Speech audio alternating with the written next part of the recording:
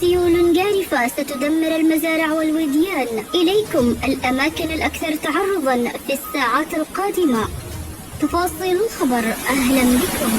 توقع المركز الوطني للأرصاد الجوية هطول أمطار رعدية بعضها غزيرة على مناطق من محافظات لحج وتعز وإب والضالع والبيضاء وريمة وذمار وصنعاء والمحويد وعمران وحجة وصعدة، وتمتد شرقا باتجاه الجوف ومأرب وشبوة، وكذا غربا نحو سهول تهامة خلال الساعات القادمة، مصحوبة بتدفق سيول ضخمة قد تدمر المزارع والوديان. وأشار المركز في نشرته الجوية المتوقعة اليوم إلى احتمال هطول أمطار متفرقة على أجزاء من حضرموت والمهرة وأرخبيل سقطرى، وكذلك السواحل والمناطق الداخلية المحاذية لها.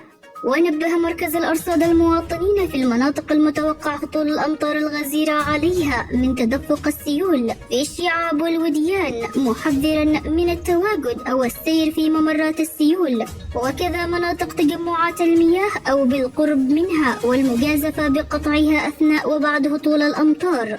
ونصح بالاحتماء من العواصف الرعدية والانهيارات الصخرية والطينية لا سيما في الطرقات الجبلية، داعيا قانطي المنازل والحصون الطينية إلى أخذ الاحتياطات اللازمة. ودمتم بألف خير.